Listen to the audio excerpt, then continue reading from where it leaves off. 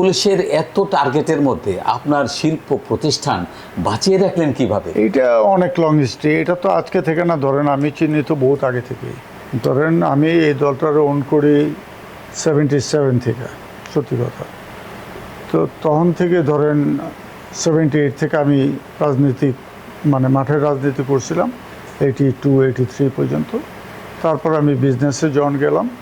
তো বিজনেসে যাওয়ার পরও কিন্তু আমি 90-এর আন্দোলনটার সম্পূর্ণ পৃষ্ঠপোষকতা, মাঠেও ছিলাম, অফিসেও ছিলাম, ফ্যাক্টরিও করছি। তো 90-এর আন্দোলনে এরশাদের পতন পর্যন্তও ছিলাম।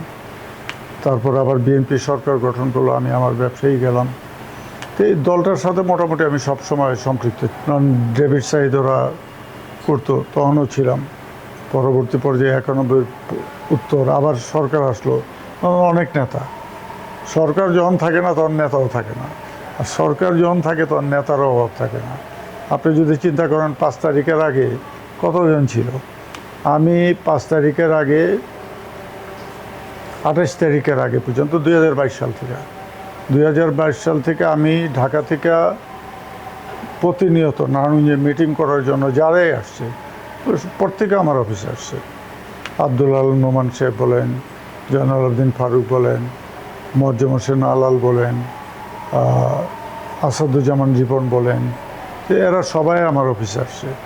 তো এরা এই জায়গাতে ধরেন 20 জন 50 জন খাওয়া দাওয়া করছে, তারপরে তারা মিটিংয়ে গেছে। আপনি ওই মিটিংগুলো যদি হিসাব করেন, আজকে যে একটা ওয়ার্ডে মিটিং হয়, এই ওয়ার্ডের মিটিংটাও এর চেয়ে বেশি হয়। তখন এত বড় মিটিং ওনাদের স্থায়ী কমিটির লিডার আসার পরও এই শহীদ মিনারে করছে। খুব একটা মানুষ এই জায়গাতে তখন হয়নি, কারণ তখন পুলিশের ভয় ছিল, আওয়ামী সন্ত্রাসীদের ভয় ছিল। অ্যাকচুয়ালি মানুষ তো মানে শক্তির পূজারী, এটা আপনি জানেন। শক্তি যদি বেড়ে যায় অনেকেই সেই শক্তির পেছনে দৌড়ায়। আপনি জেল খেটেছেন রাজনীতিতে? আমি জেল না, আমি জেলটারে অ্যাভয়েড করছি অনেকভাবে। আমি জেলের মধ্যে যাই নাই সত্য, তো এর আগে ধরেন আমার ইনডিমিনিটি যখন পাস হয় তার আগে কিন্তু আমার উপরে একটা ব্লেম দেওয়া হয়েছিল, তখন একটা মামলা দেওয়া হয়েছিল ইনডিমিনিটির সময়। আচ্ছা, এটা ছিল একটা ব্যাপার। তো ওইটা নিয়ে আমার একটা ট্রাক কিন্তু একেবারে পুঁচে শেষ, ওইটা নিয়ে আমার মামলা দিছিল। তো ওইটা মামলা দিছিল, আমি জেল না খাইটা ধরেন আমার ড্রাইভারে জেলে দিয়া, মানে ওইটা আমি কোনো কায়দা করে বাঁচছেন, কায়দা করে বাঁচছিলাম। হাত থেকে বাঁচার আর তো কোনো উপায় ছিল না সেই মুহূর্তে। এটা ছিল। পরে যখন মাকসুদ মারা গেল, ধরেন এই মামলায় আমার আবার অন্তর্ভুক্ত করলো। মামলা আমার প্রচুর গেছে, বাট আমি আমার টেকনিক্যালি ধরেন আমার জেলে নিতে পারে না, আমি টাকার উপরে দিয়া, বিভিন্ন কিছুর উপরে দিয়া ধরেন আমি এটা সেট করছি, পালাইছিলাম। এই যে আপনি যেটা বললেন যে 28 তারিখের পরে আমি একেবারে ইলেকশন হওয়া পর্যন্ত প্রায় 4 মাস আমি দেশের বাইরে, দেশে দুই জায়গায় মিলে আমি নানুজ আসিনি। এই 4-5 মাসে আমি বাইরেই ছিলাম। এই যে 40-45 বছর আপনার রাজনৈতিক জার্নি, আপনি দলবদল করেননি, এত মানুষের পোস্টার দেখি, আপনি কি একবার মনে হয় না এমপি হতে? না, 91-তে অ্যাকচুয়ালি আমার একটা অফার ছিল, যে 91-তে যখন আসলো, আপনি জানেন যে তখন কিন্তু অ্যাকচুয়ালি ক্যান্ডিডেট ছিল না, মানে খুবই অভাব ছিল। আপনি যদি এরশাদ বিরোধী আন্দোলনের কথা বলেন, আপনি জানেন যে আমাদের এই জায়গায় একজন নেতা আছে হানিফ কবির। তো উনি ম্যাডামের সাথে রাজনীতি করছেন এবং নারায়ণগঞ্জের একজন উচ্চদরের নেতা ছিল। তো আমি এমনও দেখছি যে ম্যাডাম এই জায়গাতে আসবে, হানিফ কবির আমারে নিয়ে গেছে আলিয়ামুদ চুনকা পাঠাগারে। তখন মাত্র 3 জনে আমরা ছিলাম, হানিফ কবির, আমি এবং ম্যাডাম। আর কোনো দর্শক ছিল মাত্র 3-4 জন রিক্সাওয়ালা, তারা মানুষও ছিল না। তো this is the happening in before.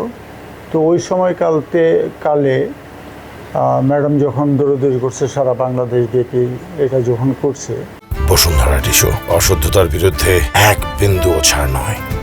তখন মনে করেন যে আস্তে আস্তে মানুষগুলোকে তার দলের পক্ষে আনা বা এরশাদ বিরোধী কোনো কিছু করা, এটা তখনকার এক একটা আমলতে এক এক রকম থাকে, টাপ থাকে।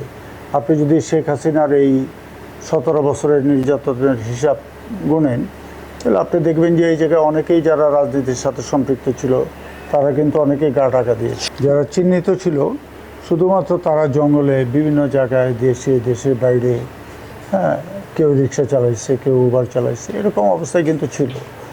যেহেতু আমার একটা বড় প্রতিষ্ঠান, আমার তো যাওয়ার কোনো জায়গা নেই, তো সেই হিসাবে ধরেন আমিও ম্যাক্সিমাম সময় আমার দেশে বাইরে কাটাইতে ইচ্ছে, নানাবিধ আকার ইঙ্গিতে যখন খবর পেয়েছি যে একটা দুর্ঘটনা করতে পারে, তখন আমি ধরেন দেশে বাইরে চলে গেছি।